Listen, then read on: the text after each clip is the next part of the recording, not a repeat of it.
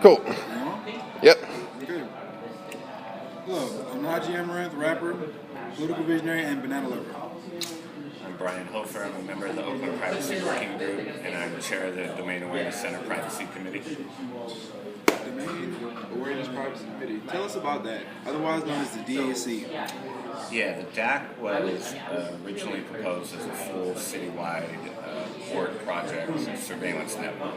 It was going to have over 700 cameras in the school district, Oakland Housing Authority properties, automatic license plate readers, shot spotter audio, had I think at one point 300 terabytes of storage that they were going to use to store all the video. It was ostensibly sold to us to combat terrorism. It was funded through the Department of Homeland Security grant, so it's supposed to have a nexus to terrorism. At some point, I think it kind of expanded in scope because of the Occupy protests, and so it became this much bigger project, ostensibly to help first responders. Okay, so what does it look like currently? Well, after broad community opposition in 2014, they scaled it back to its very original starting point, which was just a port project. So it's limited to the port boundaries, the property. Facial recognition software, license plate readers, that stuff was taken out. There's no data retention at all, so none of the video storage. The port still has its own security cameras, but that's pretty much it. Okay, so what is your personal interest in the DAC? I joined this fight just as a private citizen. Like a lot of people, the December 2013 East Bay Express article by Darwin and Ollie caught my eyes. They were examining all the public record documents that Oakland Privacy had received, which really kind of showed what the DAC was about, and that it wasn't talking about murder or car theft. You know, they were talking about Occupy. So we saw it as a First Amendment issue. So I joined Oakland Privacy. Just showed up to a meeting, got involved. And just kind of started helping oppose the project. That's cool. Can you also tell us a little bit about Oakland Privacy? Yeah, Oakland Privacy was founded in July 2013 as the DAC came onto the agenda. So the Phase 1 contract was about to be awarded, and some of the founding members were part of Occupy. There's other people as well. A guy named Josh Daniels just happened to notice this item on the consent calendar. So the city didn't consider this controversial at all. It was just on the consent calendar. It was going to be a ceremonial vote. Keep in mind that the Edward Snowden revelations had just hit in June, the month before.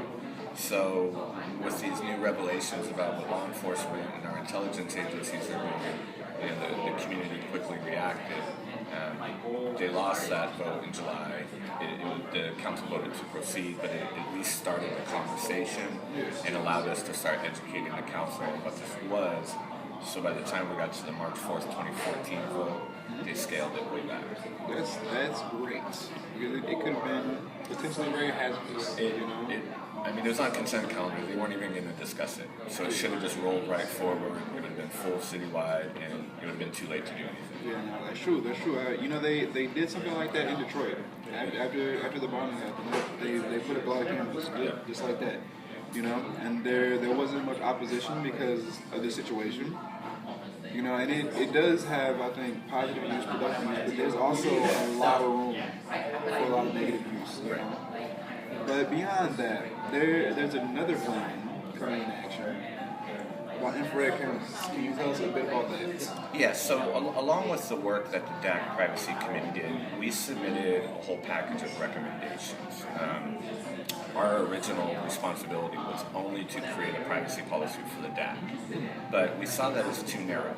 Since it's only a port-only project, there's still the rest of Oakland to worry about. We still have automatic license plate readers, we have Stingrays, Cellbrite, Shot Spotter, infrared cameras. So we pushed the council to create a permanent privacy committee and to let us create a surveillance equipment ordinance. We want to have a use policy for everything. There needs to be regulation and some transparency to how this equipment is being used. That was approved. The permanent committee has not been formed yet, but it has been approved. So we're gonna go forward with that. As all this was happening, Oakland acquired a thermal imaging camera for its helicopter, FLIR. And I saw this pop up on the agenda, and I saw it as a test case to see if the city council was still on the same page as us. And I asked if we could write a privacy policy for it. They said yes, and so that's what we did. The same DAC committee, we wrote the privacy policy. We based it on the same template as the DAC template, and that's going to be heard tomorrow, September 15th, before Public Safety Committee. So that'll be the first vote on it. Yes. Hopefully, see you guys there at 5:30. Yeah. So that we can all speak and talk about these policies and talk about what should happen and what the community really thinks. Yeah, it was a really good signal. I think trying to reform any large entity, like a city the size of Oakland, it's kind of like turning around a big ship. Like, it takes some time. No, it doesn't just turn on a dime. So, to scale back the DAC, to create a permanent privacy committee, to create use policies, these are all signals that City Hall is changing. That Oakland Police Department, they had people attend all our privacy meetings. We had the helicopter pilots at the infrared camera committee, and we talked with them. How do you guys need to use this equipment? What is the value on your end? How do I protect privacy on my end? And then we write that policy so that we can move forward. And it was a good working relationship. So you start to hear how people ask questions, the language they use. You can tell they're changing their thinking. Before, when the DAC moved forward, 2013, 14, there was no privacy policy whatsoever. They just didn't think about it. I don't think it was necessarily on purpose. It was just they just didn't think about it. They didn't consider the impact that this equipment can have, and that's changing. They are now thinking. You can see how they're writing, the language they're using in the resolutions, that they're changing their approach to privacy. So I find that very encouraging. Me too. Not gonna lie. Remember, guys, when it comes to politics, you do have a say. But if you say nothing, that's wasting your own voice. So for a politician to change, you have to bring to their attention and motivate them to serve the community, which they're hired to serve. Yeah, I think we spent a good year educating the council. From that first July 2013 vote to so I guess not quite a full year, March 2014, was just meeting with the council, educating them on what this equipment can do. It was a very complex project. They had no idea of the full capabilities, the full technical capabilities of what it can do. So we started showing them. We started meeting with them, researching, and they got it. And that's why they created the Citizens Committee to create the privacy policy.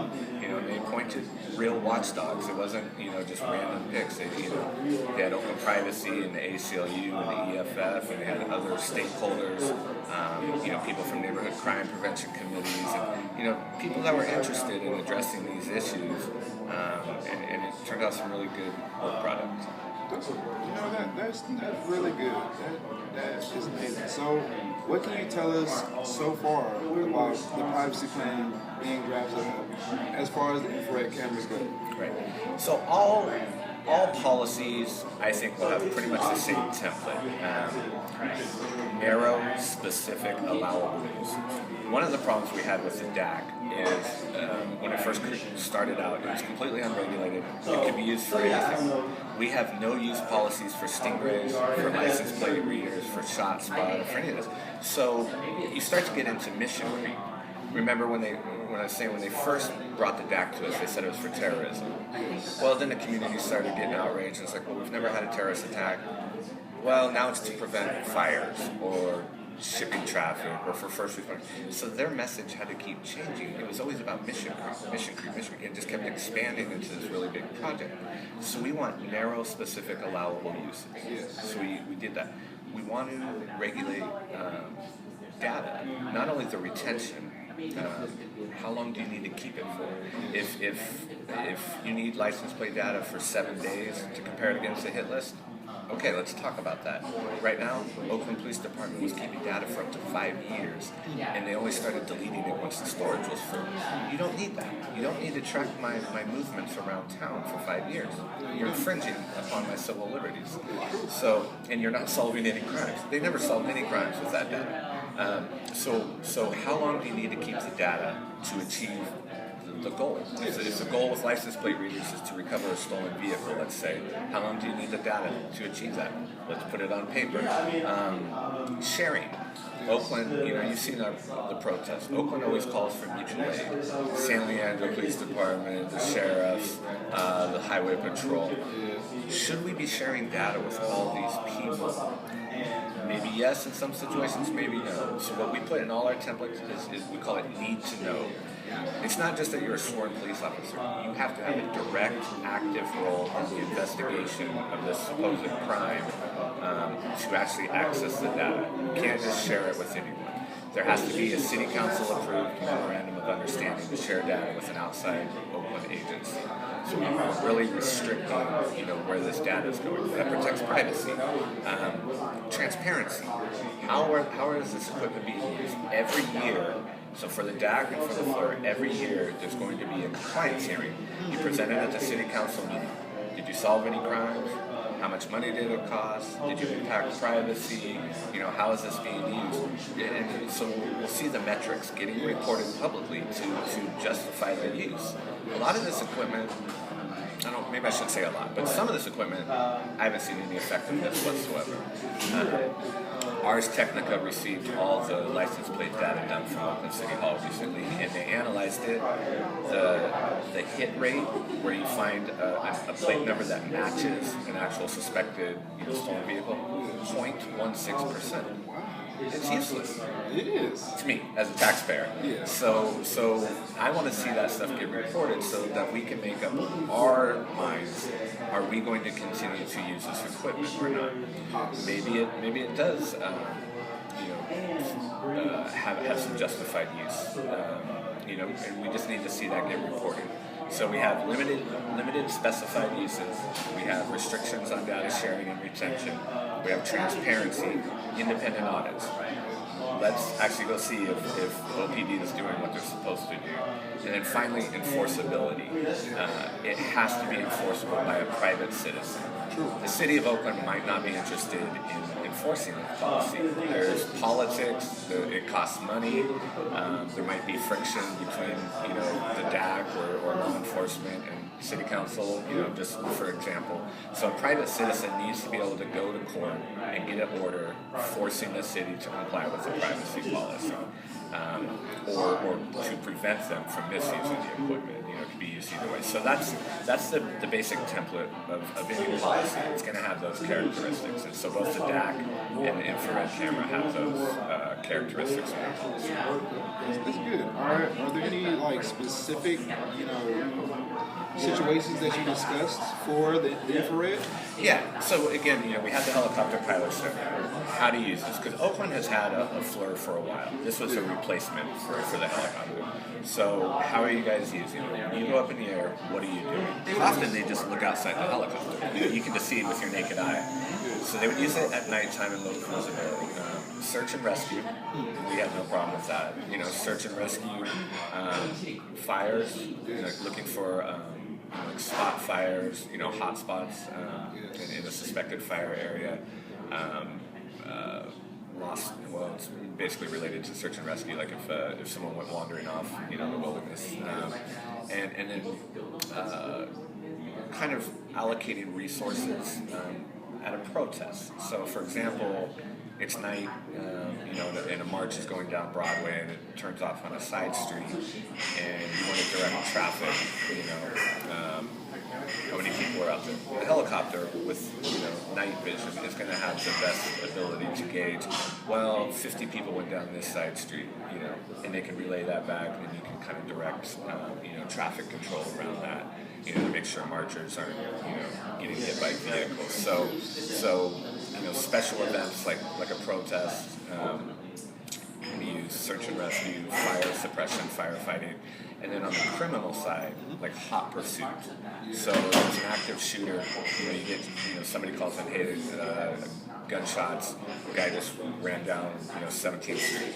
That camera could follow him, as he's running around hiding in a car or a building, something like that. So if it's an active hot pursuit, which is a legally defined concept, it's immediate. You're not just trailing people around randomly. Like if it's an active pursuit, they can use that in that situation as well. Yeah. That all makes sense to me. The last thing I want to cover is something that we talked about before the camera started rolling. The Flare itself, the company who created the camera, they have a handheld version. You said that is powerful enough to detect breath from 50 feet away. Yeah, so there's, it's kind of the consumerization of surveillance equipment is where it starts getting a little bit scary, is that thermal imaging cameras, you can put an app on your phone. It's at that level. It's kind of like drones. Before drones were big and expensive and only a few people had them. Now you can go to, like Best Buy and go get one for a couple $100, and you can go play with it out in the park. It's at that consumer level, and thermal imaging is there. They have handheld radar devices that are sensitive enough to pick up human breathing, from inside the home. So if an officer was approaching, let's say there's a suspect inside, he can tell, with a Flare handheld device, if someone was moving from room to room, and if could pick up their breathing. And apparently, Flare, the company that makes it, they were just at Urban Shield this past weekend, and they said, according to their own claims, they've been selling these like crazy to law enforcement agents. And I have an outstanding public record request with OPD on their handheld devices. I haven't received a response yet, but I suspect they have them. They've mentioned it in documents before, so yeah.